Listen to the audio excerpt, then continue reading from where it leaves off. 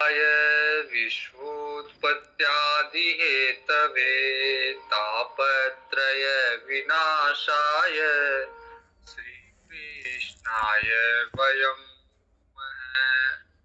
कृष्णं नारायणं वन्दे कृष्णं वन्दे व्रजप्रियं कृष्णं द्वैपायनं वन्दे कृष्णं वन्दे वृथासुतम्। श्रीमद् भागवत महापुराण का महात्म्य देख रहे हैं हम लोग, और महात्म्य के छठे अध्याय में सप्ताह यज्ञ की विधि बताई गई है। किस विधि से सप्ताह यज्ञ करना चाहिए, अगर कोई इसका आयोजन कराना चाहे तो उसको किन किन विधियों का पालन करना चाहिए। इसमें सबसे पहले अच्छा मुहूर्त ज्योतिषी को दिखाना चाहिए, और उस मुहूर्त के अनुसार दिखाने के बाद में वित्त की व्यवस्था करनी चाहिए, क्योंकि कोई भी आयोजन बिना वित्त के संपन्न नहीं होता। और वित्त में भी इतना वित्त होना चाहिए कि जिससे लड़की का विवाह हो, तो लड़की के विवाह जितना वित्त एकत्र कर फिर उस आयोजन को करना चाहिए। 6 महीने बताया गया जिनमें यह आयोजन किया जा सकता है। भाद्रपद, अश्विनी, कार्तिक मास, मार्गशीर्ष, आषाढ़ और श्रावण, इन 6 महीनों में करना चाहिए। लेकिन अगर कोई भद्रा वगैरह है तो उसमें नहीं करना चाहिए, उनके लिए वर्जित है, भद्रा में नहीं हो सकता। फिर जब मुहूर्त निकल जाए तो लोगों को एकत्रित करना चाहिए और दूर दूर तक संदेश भेजना चाहिए कि हम भागवत करा रहे हैं। दूर दूर तक संदेश भेजना चाहिए, अपने परिवार को इकट्ठा करना चाहिए और संदेश में ये लिखना चाहिए कि आप सपरिवार पधारो, भागवत की कथा सुनो। और जो लोग वंचित है, वो भले स्त्री हो, शूद्र हो, समाज के ऐसे वर्ग जिनको कभी कथा सुनने को नहीं मिली, कभी उनके कानों में कथा गई नहीं, उनको विशेष रूप से विशेष आमंत्रण देके, जोर देके उनको बुलाना चाहिए और उनसे उनको विशेष सूचना देके उनके आने की प्रबंध करना चाहिए। उनके लिए गाड़ी लगानी है, वाहन की व्यवस्था करनी है, वो सारी व्यवस्था करके उनको भी भागवत सुनानी चाहिए। और देश विदेश में जितने भी देश प्रदेश में विरक्त महात्मा है, भगवान के प्रेमी है, भगवान के कीर्तन के प्रेमी है, उनको निमंत्रण अवश्य भेजना चाहिए। साधु संत सबको निमंत्रण भेजना चाहिए। ये विधि बताई गई है। और 7 दिन तक महापुरुषों का बड़ा दुर्लभ समागम रहता है भागवत के आयोजन में। और क्योंकि भागवत जो है रसमय भागवत कथा है, इसके लिए जो भक्त एकत्रित होते हैं, बड़े दुर्लभ महात्मा लोग, भक्त लोग, वैष्णव लोग अपने आप या निमंत्रण पे आके एकत्रित होते हैं।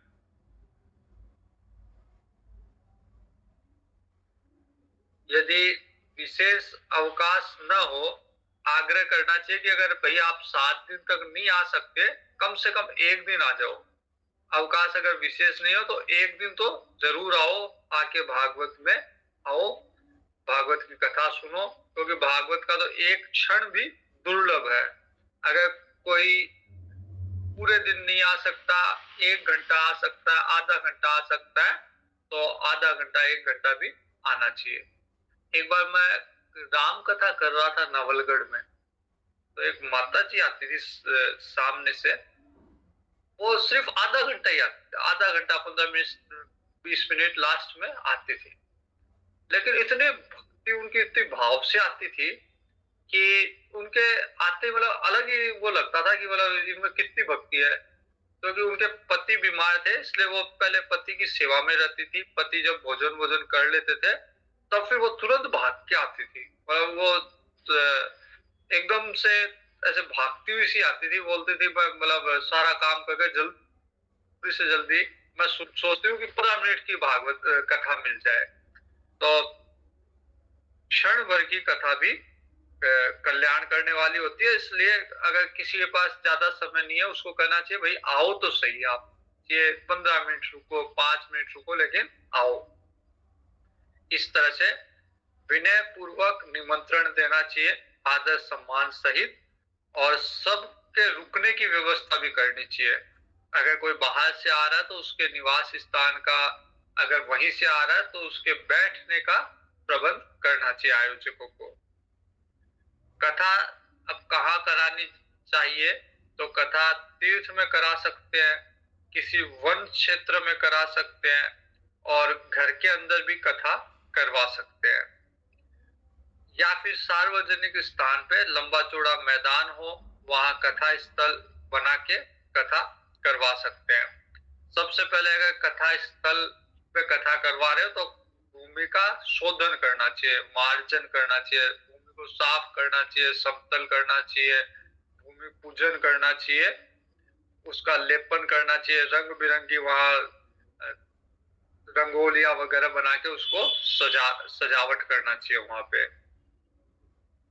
घर के अंदर कथा रहे तो घर की सारी सामग्री एक तरफ करके घर की धुलाई करके कथा करवानी चाहिए।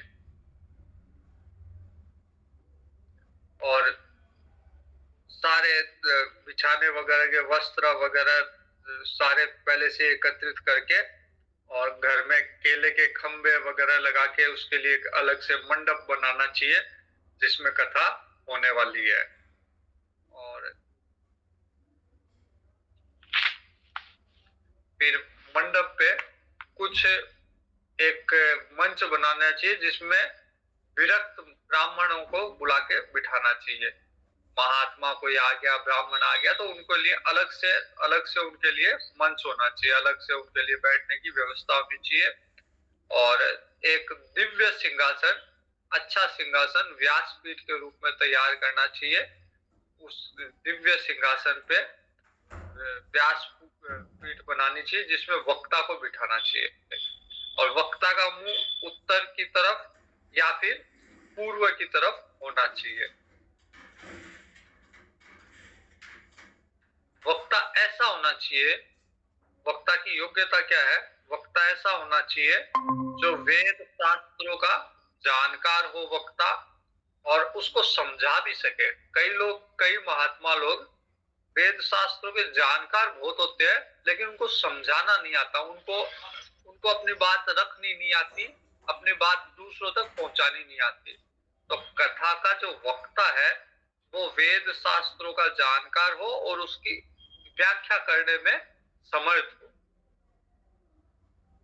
तरह तरह के दृष्टांत से अपने विवेक के द्वारा वेदों के सिद्धांत आसान शब्दों में लोगों को समझा सके। एक बार वहां गीता भवन में गया था मैं, ऋषिकेश, तो वहां स्वामी राम सुखदास जी की एक कैसेट लगी हुई थी, ये प्रवचनों की, स्वामी जी की प्रवचनों की कैसेट लगी हुई थी। उसमें स्वामी जी कह रहे थे कि मैंने जितना वेदांत पढ़ा है, बोला बहुत कम लोगों ने उतना पढ़ा होगा। वो कह रहे थे कि मैं गर्व से नहीं कह रहा, लेकिन वास्तविकता है कि मैंने जितने वेदांत के सिद्धांत पढ़े हैं कम लोगों ने पढ़ते हैं उतने। पंचदशी मैंने पढ़ी है, और भी वेदांत के जो जो सप्त भूमिका वगैरह ये सारी चीजें बोलो मैंने पढ़ी है योग शास्त्र की, लेकिन फिर भी मैंने कभी भी अपने प्रवचनों में उनका प्रयोग नहीं किया। स्वामी जी कह रहे थे कि मैंने ये सारे सिद्धांत पढ़े हैं लेकिन अपने प्रवचनों में उनका प्रयोग नहीं किया, क्योंकि मैं सरल से सरल शब्दों में लोगों को शास्त्र की बात कहना चाहता था। तो जो वक्ता है वो विद्वान भी होना चाहिए, और दृष्टांतों के द्वारा सरल शब्दों में जिसमें लोग समझ सके वो शास्त्र की बातें कहना उसको आना चाहिए। विवेकी होना चाहिए और निष्प्रह होना चाहिए, उसको धन का लालच नहीं होना चाहिए। अगर धन के लालच में कथा कहेगा तो उस कथा का सार चला जाएगा, कथा फिर कथा ना रह के एक आयोजन मात्र रह जाएगा। पहले आया था, पहले अध्याय या दूसरे अध्याय में था कि कथा तो खूब हो रही है, लेकिन वित्त के कारण कथा हो रही है, इससे कथा का सार चला गया। तो जो वक्ता है ज्ञानी होना चाहिए, वेद शास्त्रों का जानकार होना चाहिए, अपनी बात कह सके, समझा सके, और निष्प्रिय है, उसको वित्त का लोभ नहीं होना चाहिए। ऐसा विरक्त विष्णु भक्त ब्राह्मण वक्ता होना चाहिए।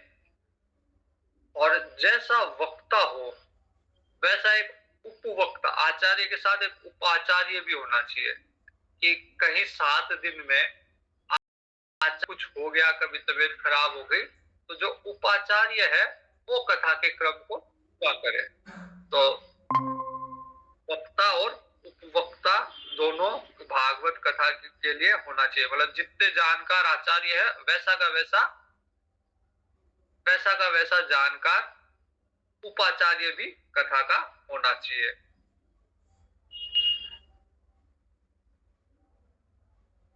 कथा प्रारंभ के दिन पूर्व व्रत ग्रहण करना चाहिए, और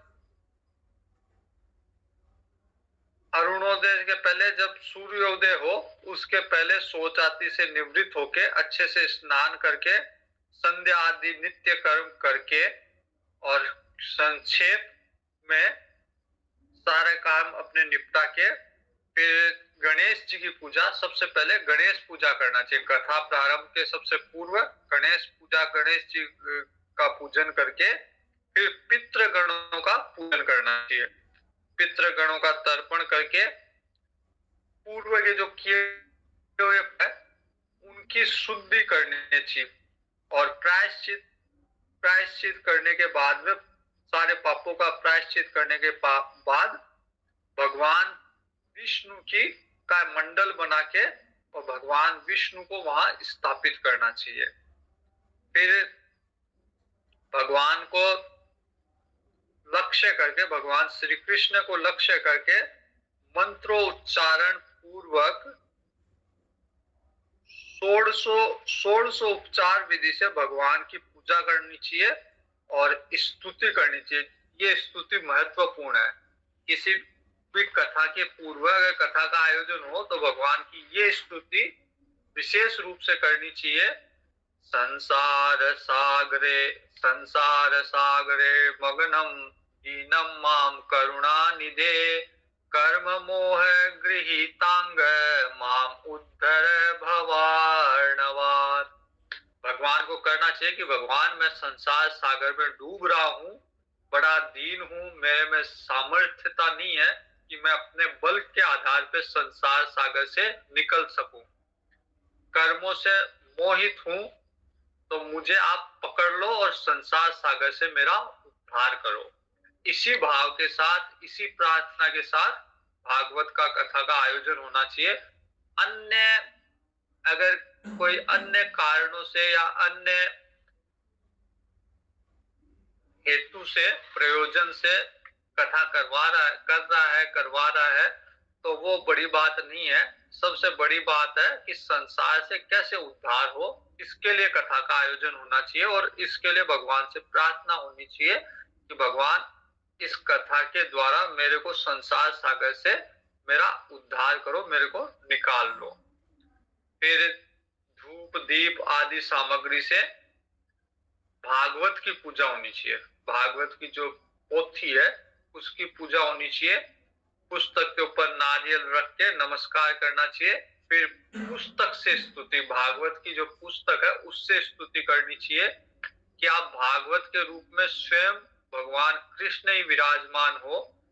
भागवत भगवान की वांग्मय मूर्ति है, तो इस भव सागर से मेरे को छुटकारा पाना है, इसलिए मैं आपकी शरण में हूँ। हे भागवत जी, मैं आपकी शरण में हूँ, मेरे को इस संसार सागर से छुटकारा पाना है।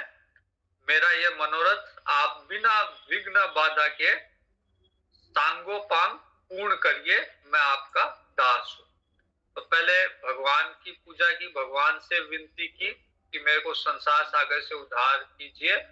फिर भागवत जी से यही विनती की। फिर वक्ता का पूजन करना चाहिए। पहले भगवान का पूजन, फिर भागवत जी का पूजन, और फिर वक्ता का पूजन करना चाहिए। वक्ता को सुंदर वस्त्र आभूषण देके फिर पूजन करके स्तुति करना चाहिए कि आपके रूप में मैं सुखदेव जी की स्तुति कर रहा हूं। तो आप सुखदेव जी का स्वरूप में ही विद्यमान हो, यहाँ पे आप समझाने की कला में कुशल हो, शास्त्र में पारंगत हो, तो आप कृपया करके कथा कथा का जो सार है, कथा को प्रकाशित करके मेरे अज्ञान को दूर करें। ऐसी विनती वक्ता से करनी चाहिए। फिर अपने कल्याण के लिए प्रसन्नता पूर्वक वक्ता के सामने नियम ग्रहण करना चाहिए। तो नियम क्या होता है कि खुद से अगर नियम ग्रहण करते हैं वो जल्दी छूट जाता है। एक वो किसी के सामने, किसी गुरुजनों के सामने अगर नियम लिया जाए तो उसमें एक अलौकिक बल मिलता है उसको पूरा करने के लिए। अभी थोड़े दिन पहले मैं बाजार में कहीं जा रहा था, तो एक दुकानदार है, वो मेरे को बोल रहे थे, बोला मेरे को रामायण शुरू करनी है, मैं पढ़ना चाहता हूँ रामायण। तो मैंने कहा अच्छी बात है, पढ़िए। बोला नहीं, आप कहिए तो पढ़ूंगा। मैंने कहा मैं क्यों कहूंगा, रामायण तो पढ़नी चाहिए, इसमें क्या बात है। बोला नहीं, मैं अपने आप से, बोला मैंने कई बार शुरू की लेकिन मैं बीच में छोड़ देता हूँ।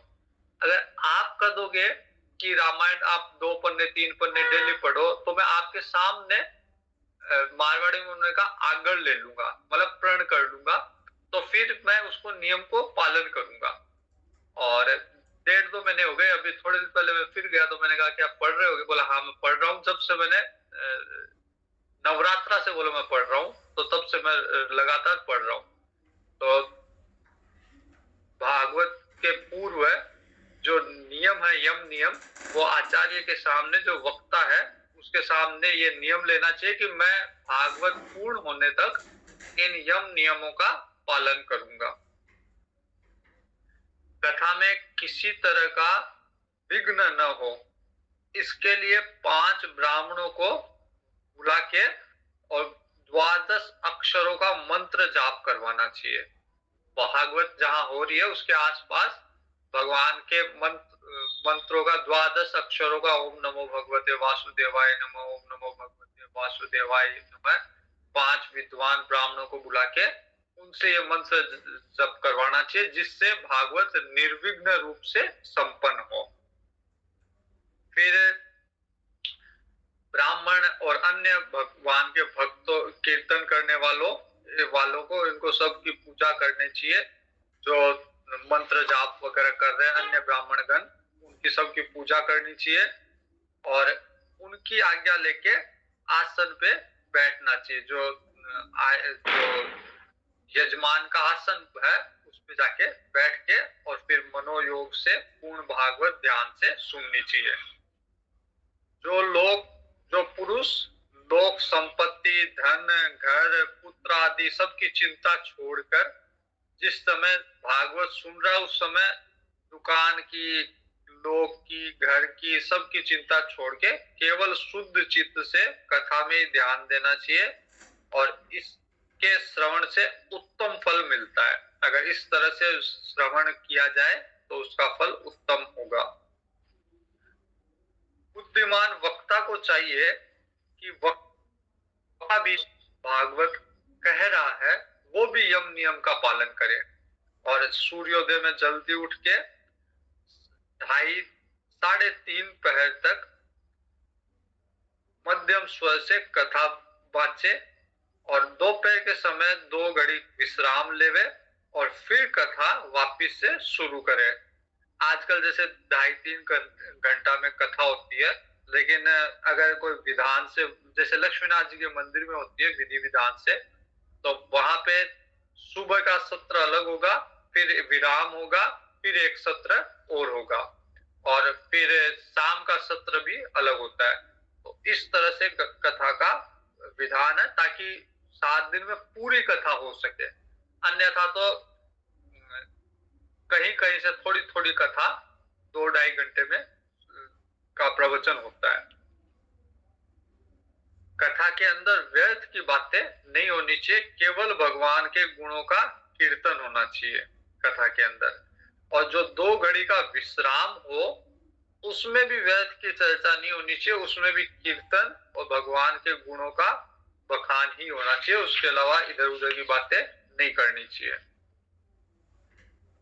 कथा के अंदर व्यवधान ना आए, मलमूत्र त्याग का वेग न उत्पन्न हो, इसके लिए अल्पाहार करना चाहिए कथा वाचक को। और श्रोता केवल एक ही समय भोजन करे। अगर शक्ति हो तो निराहार भी रह सकते हैं 7 दिन तक, केवल दूध पी के या केवल घी का पान करके श्रवण करे, या फलाहार लेके श्रवण करे। लेकिन इसमें कोई नियम नहीं है कि फलाहार लेके ही श्रवण करना है या दूध पी के ही श्रवण करना है, या एक समय भोजन करके ही श्रवण करना है। स्पष्ट लिखा है कि जैसी सुविधा हो, जैसा कथा में मन लगे। मेन उद्देश्य कथा में मन लगना है, तो किसी का मन अगर फलाहार लेके मन लग रहा है तो वो फलाहार लेके कथा सुने, किसी का भोजन करके कथा में मन लग रहा है तो वो भोजन करके कथा सुने।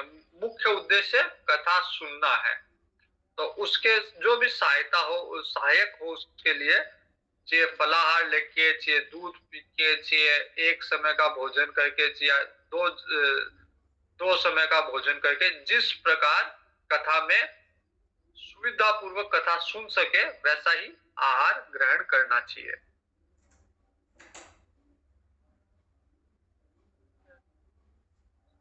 देव जी कहते हैं कि उपवास की अपेक्षा भोजन करना अच्छा समझता हूँ, यदि भोजन करने से कथा श्रवण में सहायता मिलती हो।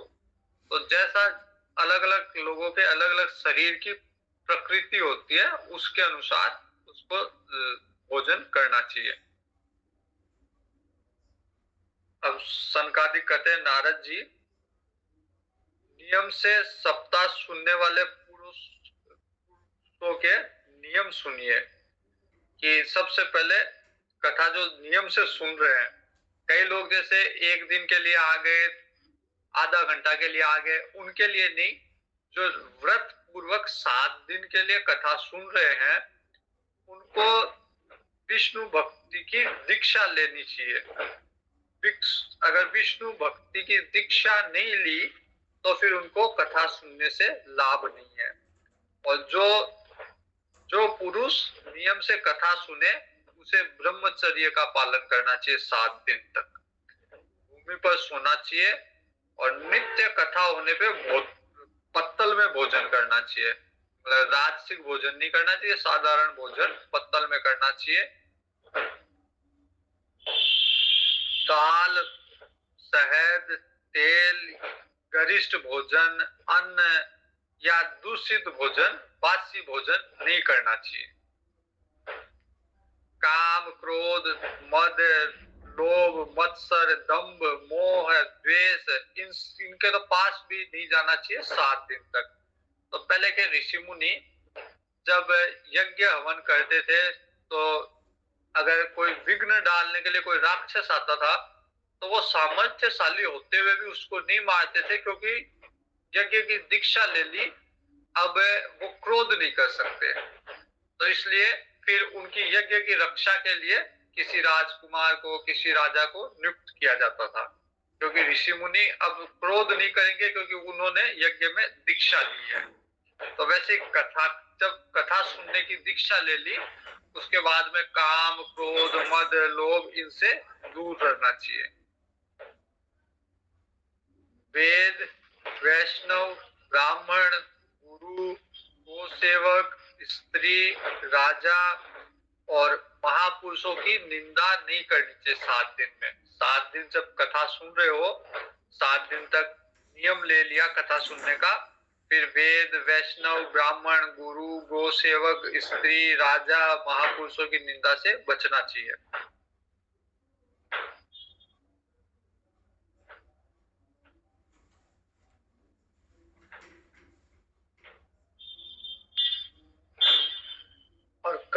सुनने वाले पुरुष को रजस्वला स्त्री से, मलेच्छ से, पतित से, गायत्रीहीन ब्राह्मण से, ब्राह्मणों से द्वेष करने वालों से, वेद को नहीं मानने वाले पुरुषों से बात ही नहीं करनी चाहिए 7 दिन तक। 7 दिन तक जो नियम से कथा सुन रहा है उसको मलेच्छों से, गायत्री को नहीं मानने वाले ब्राह्मणों से, ब्राह्मणों की निंदा करने वालों से, पतितों से, इनसे बात नहीं करनी चाहिए, दूर रहना चाहिए इनसे, वरना वो बुद्धि को भ्रष्ट कर देंगे। हमेशा सत्य, सोच, दया, मौन, सरलता, विनय, उदारता, इनका बर्ताव करना चाहिए।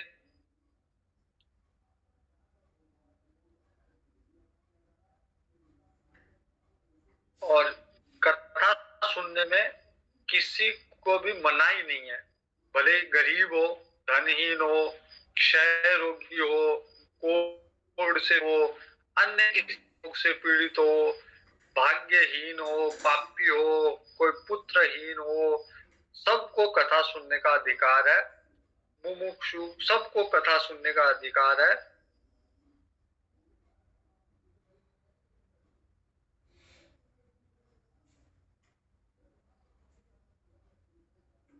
और यदि किसी स्त्री संतान मर जाती है या गर्भ गिर जाता है, उसको विशेष प्रयास करके उसको कथा सुनानी ही चाहिए। अगर आसपास ऐसी स्त्री है जिसका गर्भ गिर गया या संतान की मृत्यु हो गई, उसको विशेष प्रयास करके उसको कथा सुनानी चाहिए। इस तरह से इन विधियों का पालन करके अगर कोई कथा सुन रहा है तो उसको अक्षय फल की प्राप्ति होगी, और ये कथा करोड़ों यज्ञों का फल देने वाली बनेगी। इन सब सारी विधियों का पालन करके अगर कोई कथा सुन रहा है, और इस विधि से कथा करने के बाद में उसका उद्यापन करे, बिना किसी फल की इच्छा के, जन्माष्टमी व्रत की तरह कथा व्रत का उद्यापन करे। कथा भगवान के अकिंचन भक्त है, उनके लिए उद्यापन का कोई आग्रह नहीं है।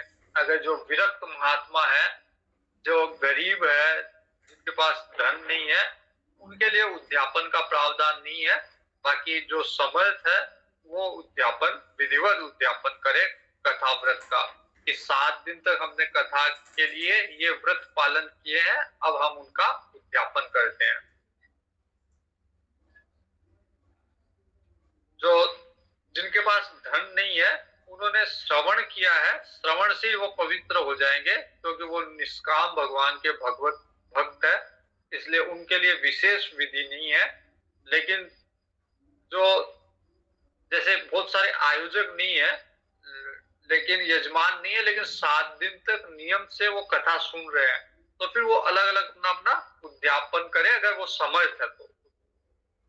इस प्रकार सप्ताह यज्ञ समाप्त हो जाए तब श्रोताओं को भक्ति पूर्वक पुस्तक और वक्ता की पूजा करनी चाहिए। जब कथा पूर्ण हो तो भागवत जी की पोथी की पूजा करें, और जो आचार्य भागवत कह रहे हैं उन आचार्य की पूजा करें। फिर वक्ता श्रोताओं को प्रसाद, तुलसी जी और प्रसादी माला, ये सब लोगों को प्रदान करें। मृदंग, झांझ आदि से कीर्तन करे, कथा पूरी होने के बाद में जयकारा लगाए, नमस्कार करे, शंख की ध्वनि करे, और ब्राह्मण याचक अगर धन है तो उनको धन प्रदान करे, अन्न का दान दे, कथा के उपरांत दान दे।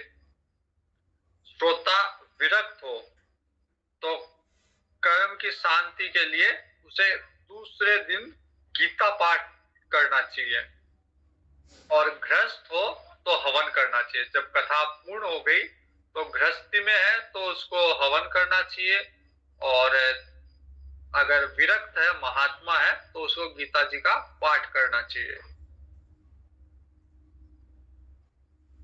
हवन अगर कर रहा है तो उसको 10वें स्कंद का एक एक श्लोक पढ़ के उसकी विधि पूर्वक आहुति देनी चाहिए। खीर, मधु, घृत, तिल, अन्न आदि सामग्री से आहुति देनी चाहिए। 10वें स्कंद के श्लोक पढ़ के उनकी आहुति देनी चाहिए। या अगर कोई यज्ञ का पालन नहीं कर पाए तो उसे गायत्री मंत्र करना चाहिए। गायत्री मंत्र से भी हवन कर सकता है। अगर 10वें स्कंद के मंत्रों से हवन नहीं करे तो फिर गायत्री मंत्र से हवन करे, क्योंकि ये कथा जो है गायत्री स्वरूपा ही है। और होम करने की अगर शक्ति न हो तो खुद अगर होम नहीं कर सके तो किसी ब्राह्मण से होम हवन करवाना चाहिए कथा के उपरांत। और तरह तरह की त्रुटि अगर रह गई कथा में, कथा इतना बड़ा अगर आयोजन हो तो अलग अलग त्रुटियां रह जाती है, उन न्यूनता को, उन कमी को पूरा करने के लिए लास्ट में विष्णु सहस्त्र नाम का पाठ करना चाहिए, ताकि जो भी भूल चूक है वो कथा में रह गई है वो सारी की सारी पूरी हो जाएगी भगवान के नाम से। विष्णु सहस्त्र नाम का पाठ करना चाहिए।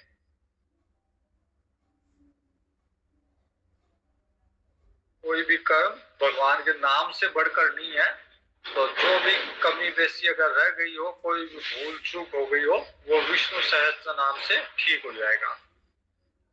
फिर 12 ब्राह्मण को खीर, मधु आदि उत्तम पदार्थों से उनको खिलाना चाहिए। व्रत की पूर्ति के लिए दान देना चाहिए, गाय, स्वर्ण आदि दान देना चाहिए।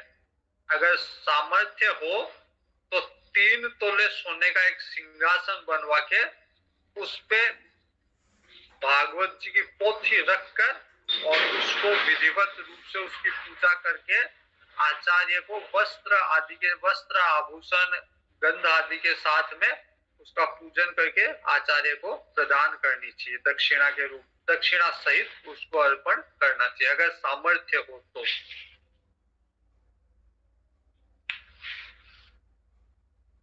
अगर इस तरह से आयोजन किया जाए भागवत का तो बुद्धिमान दाता है जन्म मरण के बंधन से मुक्त हो जाता है। और ये कथा विधि जो है सब तरह के पापों से निवृत्त करती है।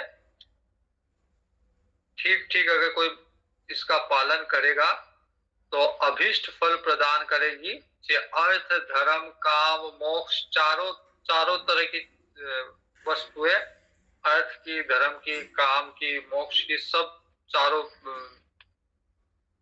पुरुषार्थ इससे पूर्ण होंगे, साधन होंगे, इसमें कोई संदेह नहीं है। तो इस तरह से ये कथा की पूरी विधि सनकादिक ऋषियों ने नारद जी को बताई।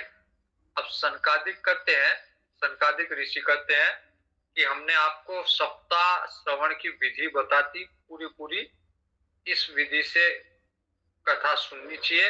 अब बोलिए आपको और क्या सुनना है। हमने कथा की विधि सारी बता दी, अब आपको और क्या जानना है, क्या सुनना है। इस भागवत कथा से भोग भी मिलेगा और मोक्ष भी मिलेगा, दोनों चीजें इस लोक में और परलोक दोनों सुधर जाएंगे उसके। तो सूत जी कहते हैं कि जब शौनक ऋषि ने ये करके सप्ताह विधि बताई,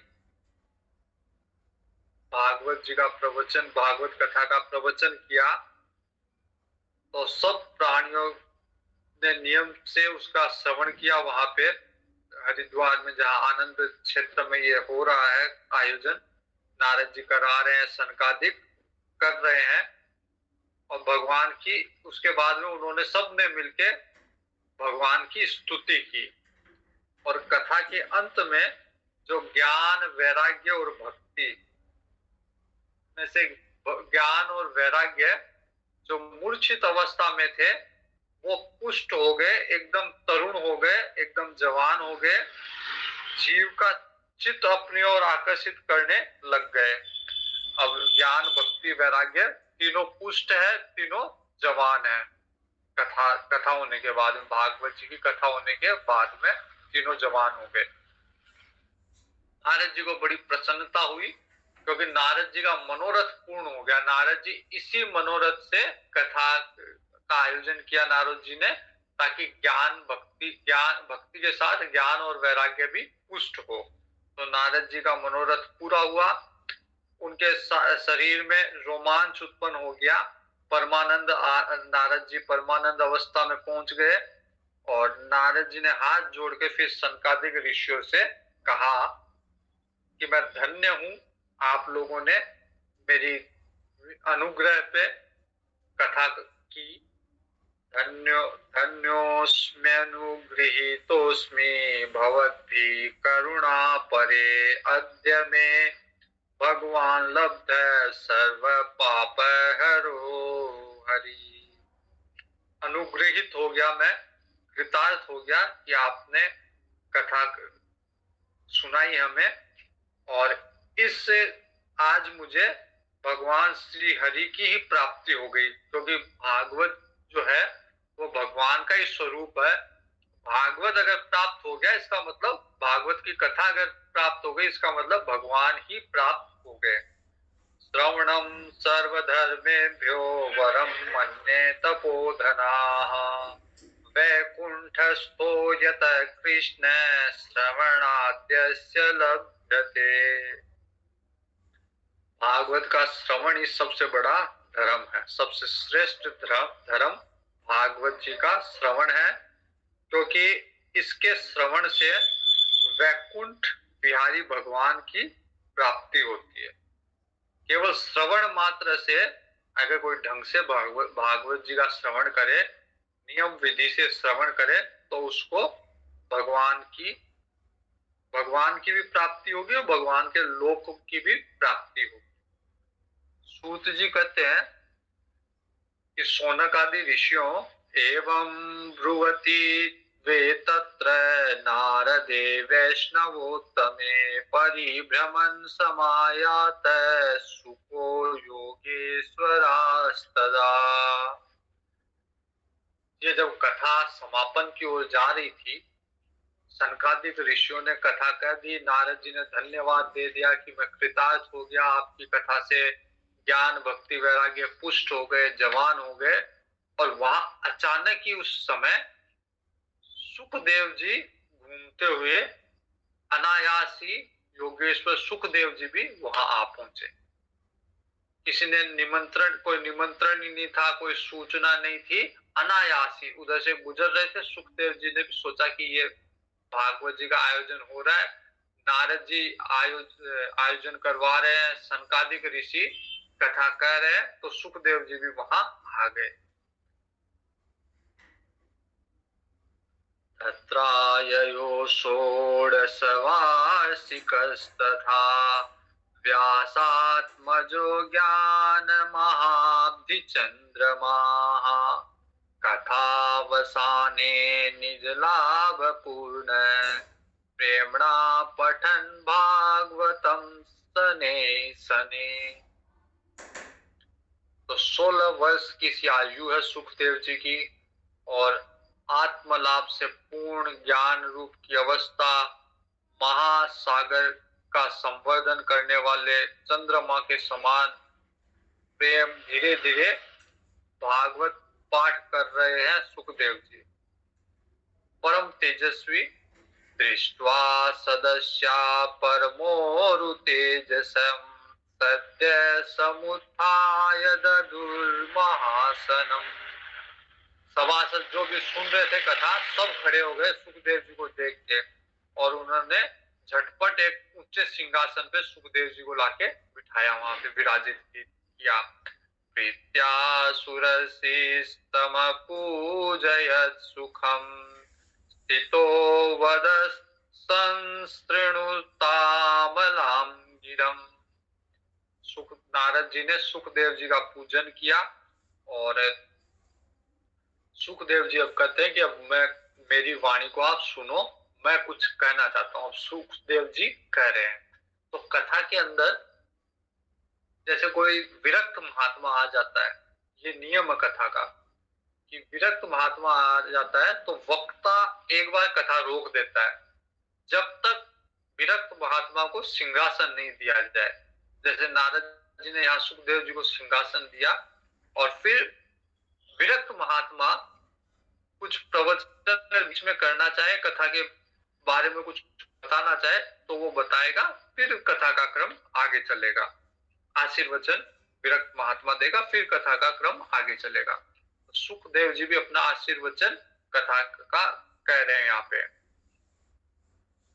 निगम कल्प, सुखदेव जी कह रहे हैं, निगम कल्पतरो गलितम फलम सुख मुखात अमृत द्रव्य संयुतम पिबत भागवतम रसमालयम मुहुरहो रसिका भुवि भावुकाः। सुखदेव जी कहते हैं, हे रसिको, हे भावुक जनों, भागवत जो है वेद रूपी कल्प वृक्ष का परिपक्व फल है। जैसे पेड़ होता है, पेड़ का स्वाद अच्छा नहीं होता है, पेड़ की जड़ें हैं, पेड़ का तना है, पेड़ की पत्तियां हैं, उनका स्वाद अच्छा नहीं होता। हालांकि रस उन्हीं से जड़ ही रस खींचती है, तने के अंदर से जाके ही रस फल के अंदर प्रवेश करता है, लेकिन फल जो है वो विशेष मिठास लिए हुए होता है। तो भागवत जी सारे वेदों का फल है, अर्थात जो मिठास वेद में नहीं है, जो मिठास उपनिषदों में नहीं है, वो मिठास भागवत जी में है, क्योंकि ये सार उन्हीं का है, रस उन्हीं का है, लेकिन मिठास फल की अपनी होती है। तो वैसे ही वेद शास्त्र के सिद्धांत है वो इतने मीठे नहीं है जितनी की भागवत जी है।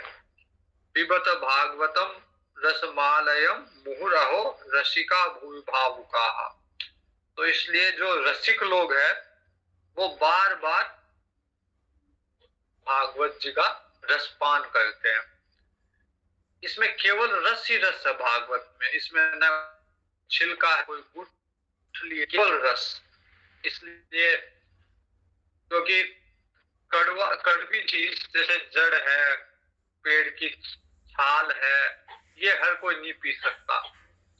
और फल भी, अगर फल में भी रस ना हो, या फल में गुठली ज्यादा हो, छिलका दल ज्यादा हो, तो उसको भी पीने में, खाने में मजा नहीं आता। लेकिन केवल रस ही रस हो तो उसको तो केवल पीना ही है। अब तो भागवत जो है एकदम तैयार है पिलाने के लिए, रस ही रस है इसमें, न छिलका न गुठली, इसलिए सब लोगों के लिए सुलभ है। सब बस उनको कोई मेहनत भी नहीं करना। जैसे फल अगर है, फल से रस निकालने के लिए प्रयास करना पड़ता, लेकिन भागवत जी तो रस भी निकला या रस है।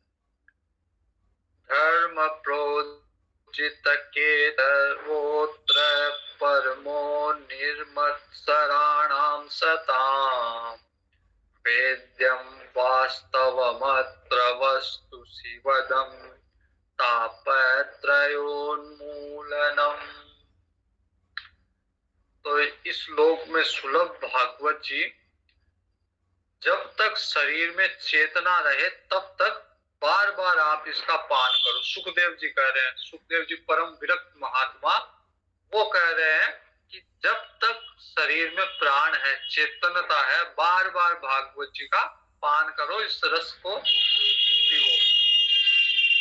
और ये रस जो है महामुनि वेद व्यास जी ने भागवत पुराण की रचना की, इसमें निष्कपट रूप से उन्होंने परम धर्म का निरूपण किया। जो जो जीव का परम धर्म है, उस धर्म का निरूपण किया। वेद्यम वास्तव मात्र वस्तु शिवदम। और जो परम धर्म है, अगर शुद्ध अंतःकरण से कोई इसको जानने इसका वर्णन करेगा, इसको ग्रहण करेगा, उसके तीनों तरह के ताप शांत हो जाएंगे। न उसको भौतिक, न देहिक, न देविक, किसी तरह का ताप उसको सताएगा नहीं। भागवत का श्रवण जो करेगा। श्रीमद् भागवते महामुनि कृते किं वा परे ईश्वर। तो जो महामुनि के द्वारा भागवत जी की रचना की गई है, ये परम शास्त्र है। इससे परे और क्या शास्त्र होगा? दूसरे शास्त्र या साधन की फिर आवश्यकता ही क्या है भगवान को जानने के लिए? ये एक ही पर्याप्त साधन है। अलम अलम प्रत्यय बोलते हैं, मतलब पर्याप्त, इसके ऊपर कुछ नहीं, बस हो गया। तो भागवत जी अपने आप में पर्याप्त साधन है भगवान से मिलाने का। तो अन्य साधनों में उलझने से कोई लाभ नहीं है। सद्यो हृदय वरुध्यते त्रकृतिभिः शुश्रूभिस्तत्क्षणात्। तो पुण्य पुण्य आत्मा पुरुष इसके श्रवण की जब इच्छा करते हैं, कोई व्यक्ति भी भागवत के श्रवण की अगर इच्छा भी कर ले, तो भगवान उसके हृदय में उसी क्षण प्रकट हो जाते हैं।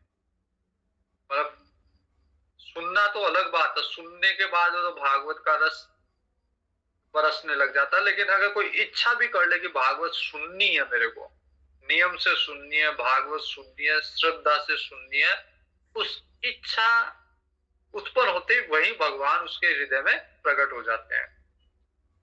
श्रीमद् भागवतम पुराण तिलकम। जितने भी 18 पुराण, उसके सबका तिलक भागवत है। सबसे श्रेष्ठ, सबसे ऊपर भागवत है। यद वैष्णवानाम धनम। वैष्णव का तो धन यही है, वैष्णव लोगों का। और कोई सोना चांदी वित्त ये धन नहीं है। वैष्णवों का धन है भागवत जी। भागवत है तो सब कुछ है। यस्मिन केवल वैष्णवों का नहीं है, परमहंसों का भी। यस्मिन पारम हंसस्य एवं अलम ज्ञानम परम गीयते। और इसमें परमहंसों की कथा भी बताई गई है। कई कथा है कि बहुत बड़े बड़े परमहंसों की। तो इसमें परमहंसों को जो प्राप्त शुद्ध ज्ञान है, उसका वर्णन भी किया गया है। यत्र ज्ञान विराग भक्ति सहितम नैष्कर्म्यम आविष्कृतम। इसमें ज्ञान भक्ति वैराग्य के साथ साथ नैष्कर्म्य सिद्धि। अगर आपको याद हो तो गीता जी में एक शब्द आया था, नैष्कर्म्य सिद्धि। और बहुत बहुत बड़े बड़े ग्रंथ नैष्कर्म्य सिद्धि में, एक शब्द में बहुत बड़े बड़े ग्रंथ लिखे हुए हैं, नैष्कर्म्य सिद्धि। तो इससे ज्ञान भक्ति वैराग्य के साथ साथ नैष्कर्म्य सिद्धि भी प्राप्त होती है।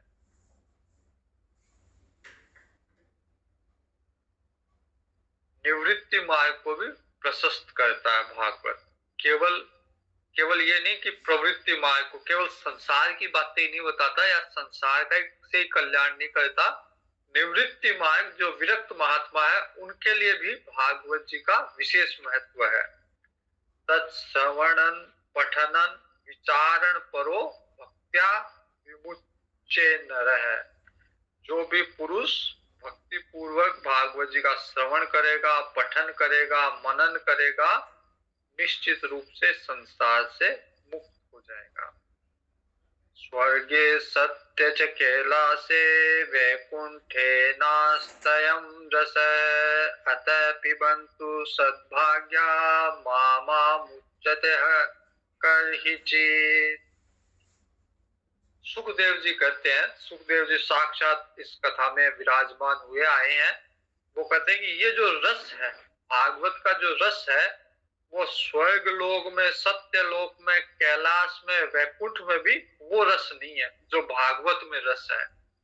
इसलिए हे श्रोताओं, खूब पान करो इसको, कभी छोड़ो मत, कभी मत छोड़ो, कभी मत छोड़ो। दो बार कहते हैं, मामा मुच्यते कर्हिचित्, कभी मत छोड़ो, कभी मत छोड़ो। भागवत का जो रस है, वो रस वैकुंठ में, साकेत लोक में, सत्य लोक में, स्वर्ग लोक में भी ऐसा रस नहीं है जो भागवत में है। इस तरह से सुखदेव जी ने अपने आशीर्वचन कहे और उसके बाद में सूत जी कह रहे हैं, जिसको कल देखें।